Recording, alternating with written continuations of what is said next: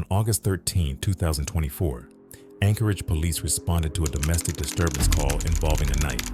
Within minutes, officers were faced with split-second decisions that would determine life or death. Today, we break down what happened step by step using official transcripts, public documents, and body cam footage. Viewer discretion is advised. This is for educational purposes only. A family member called 911 reporting a 16-year-old armed with a kitchen knife on a balcony. Dispatch confirmed she had no access to vehicles, and family members remained inside the apartment. 911, what's the location of the emergency? I need help here at What is the address? apartment. Avenue? Yes. Okay, what's going on there? I have my sister here. How old is the and She's sister? holding a knife. She's only 16. Okay, and what is she doing with the knife? And she's trying to stab me. Officers 1 and 2 arrived in separate vehicles. Who wants to? I probably only need one. The rest of you go to them inside. Right. Yeah.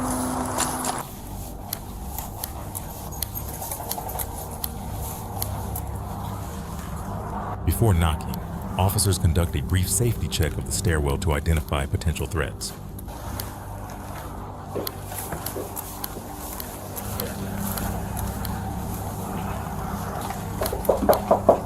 Anchorage Police. They attempted to make contact with the complainant and family members.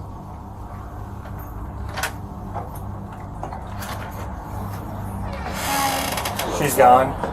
No, she's still outside. Like, she's Where? like, You know where she's at? Yeah, she's at the balcony. Can we get the kiddos out of here?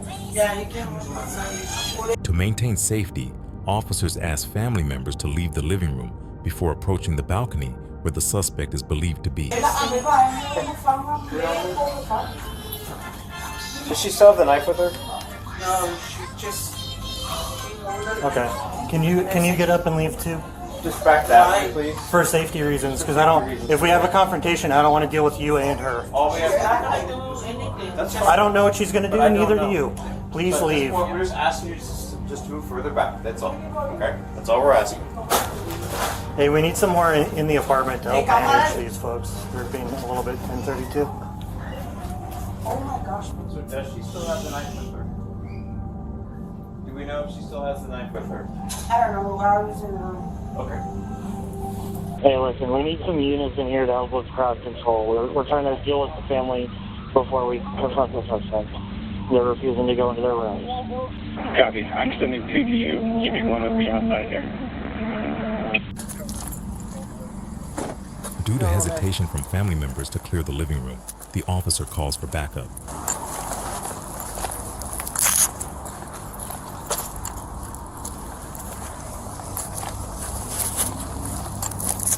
Do you know if she still has the knife with her? Do you know if she still has the knife with her?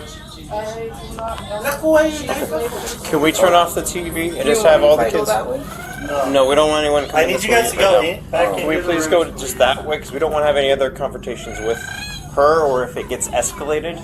Hey, listen, we need some units in here to help with crowd control. We're trying to deal with the family before we confront the suspect. They're refusing to go into their rooms.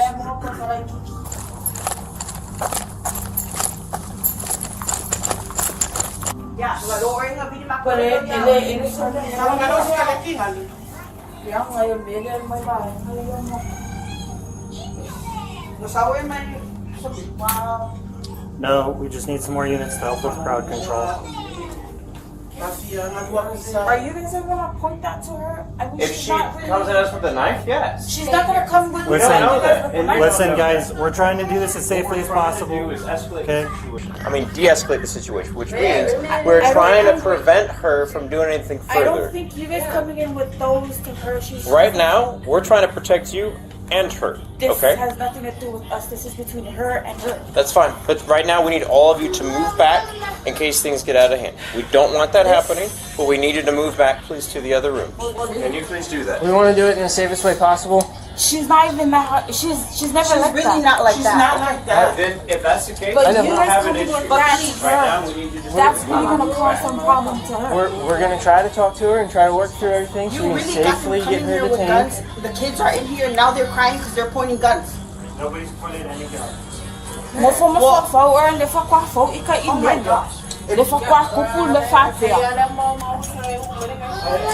I know it's a situation for everyone, but you can give us a little bit of space.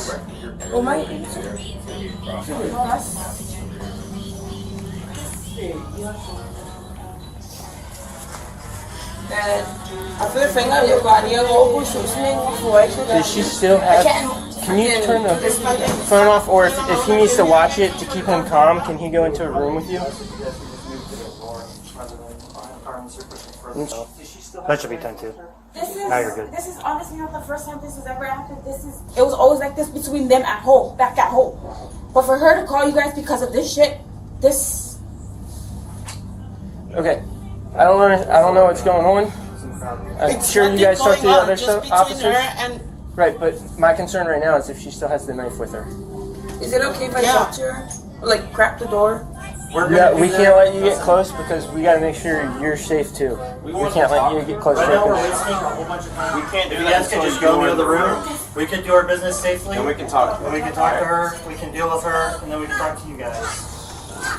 Right now you're throwing a whole bunch of wrenches in the mix that doesn't need to be. Throwing a what? You're throwing a wrench in the mix. You're making this harder for us because we're having to focus on your safety, our safety, and hers instead of just our safety and hers. I'm just trying to make sure that my sister's okay. Well, so are we. That's our goal here. Okay, can you please go into the other room so we can focus Is on it okay her? if I just stand here?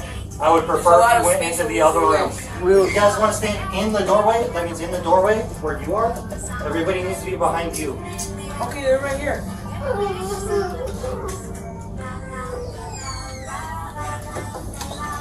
Just do what we need to.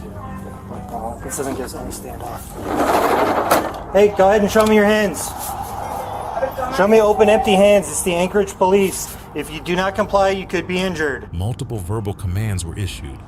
Officers asked the subject to show empty hands, warning that failure to comply could Open, result in empty harm. hands. The family was We non-responsive, are not going away. complicating the de-escalation process. We want to help you. Can we get her first name? What's your first name? What's that? I need to see open, empty hands, please. Show them. I can't see them from behind you. Put them above your head, please.